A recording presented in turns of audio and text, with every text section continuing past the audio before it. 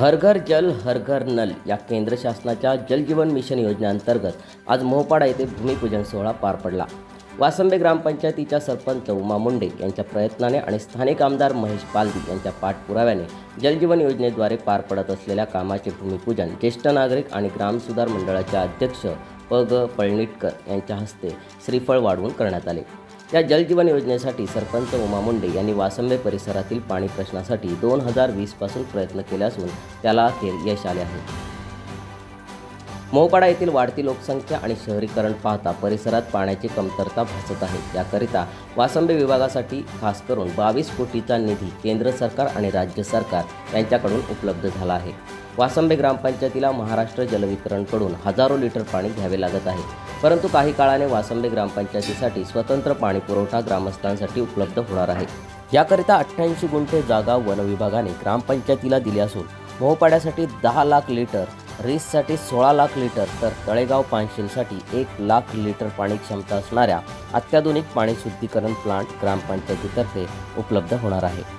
ही योजना ह्या आपल्या वासंबे परिसरासाठी फार महत्त्वाची आहे। 2020 साली ज्यावेळेस मी जिल्हा परिषदेवर निवडून गेली त्यावेळेस महिला बालकल्याण सभापती पद भूषवण्याचं एक संधी मिळाली। त्याच वेळेस आत्ताच्या कॅबिनेट मंत्री आदरणीय अदितीताई तटकरे त्या त्यावेळेस जिल्हा परिषदेच्या अध्यक्ष होत्या। त्यावेळेस राष्ट्रीय पेयजल ही योजना होती, पण त्या योजनेमध्ये आपले वासंबे ग्रामपंचायत ही बसत नव्हती, कारण त्यावेळेस 5 कोटीच्या वरती कुठली योजना जिल्हा परिषदेला करायला मान्यता नव्हती। पण 5 कोटीमध्ये आपली 25,000ची जी लोकसंख्या आहे ती कुठेच बसत नव्हती। त्यामुळे पुढे जाऊन जलस्वराज्य टप्पा 2 ह्यामध्ये ही जलजीवन मिशन ही योजना आपण तब्बल 22 कोटीची योजना त्यावेळेस आम्ही पाणी पुरवठ्याची जी मीटिंग असायची त्या मीटिंगमध्ये त्यावेळेस प्रस्तावित केली होती। 2020 नंतर पाठपुरावा करत असताना वासंबे ग्रामपंचायतीचे त्यावेळेस जे सरपंच सदस्य असतील त्यांनी वेळोवेळी लागलेल्या सगळ्या कागदपत्रांचा पुरवठा आमच्यासाठी केला। मग त्यात पुढाकार होता तो संदीपजी मुंडे साहेबांचा, आणि त्याच्यानंतर जिल्हा परिषदेतून ही सगळी पेपर्स मंत्रालयात जातात।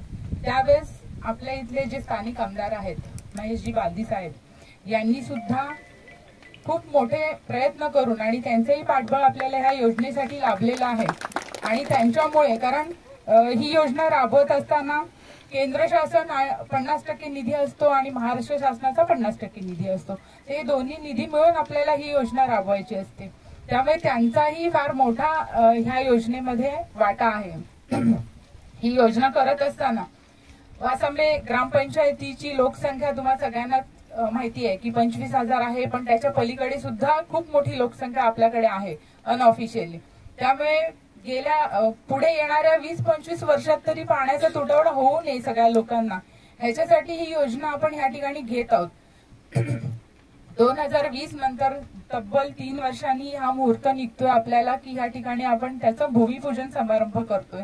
आणि भूमिपूजन समारंभ करत असताना इथे भूमिपूजन केलं तरी जवळजवळ पलीकडे तिकडे टॉवर दिसतात त्यापर्यंतची 88 गुंठ जागा आपल्याला वन विभागानं देऊ केली आहे। तर वन विभागाचा सुद्धा मी मनापासून आभार मानते, कारण कुठेतरी 2020 पासून पाठपुरावा करत असताना आपल्या वासंबेत जागेची सुद्धा एक मोठी समस्या होती, कारण एक 16 लाख लिटरची टाकी, एक 10 लाख लिटरची टाकी आणि एक 1 लाख लिटरची टाकी आहे।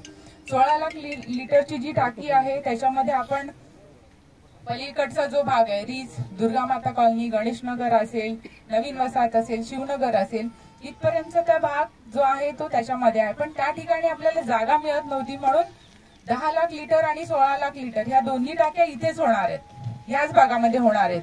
आणि फिल्टरेशन प्लांट सुद्धा इथेच होणार आहे।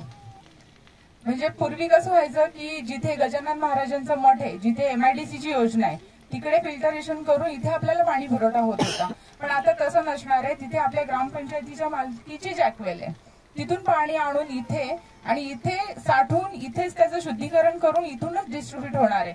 म्हणजे ग्रॅव्हिटी फोर्सनी इथून पाणी आपल्याला जाणार आहे। हा फार उंचाचा भाग आहे, त्यामुळे ग्रॅव्हिटी फोर्सनी आपोआप आपल्याला म्हणजे तोही खर्च थोडासा वाचणार आहे आपला। तळेगाव आणि पानशिलसाठी सुद्धा वेगळी 1 लाख लिटरची टाकी आहे।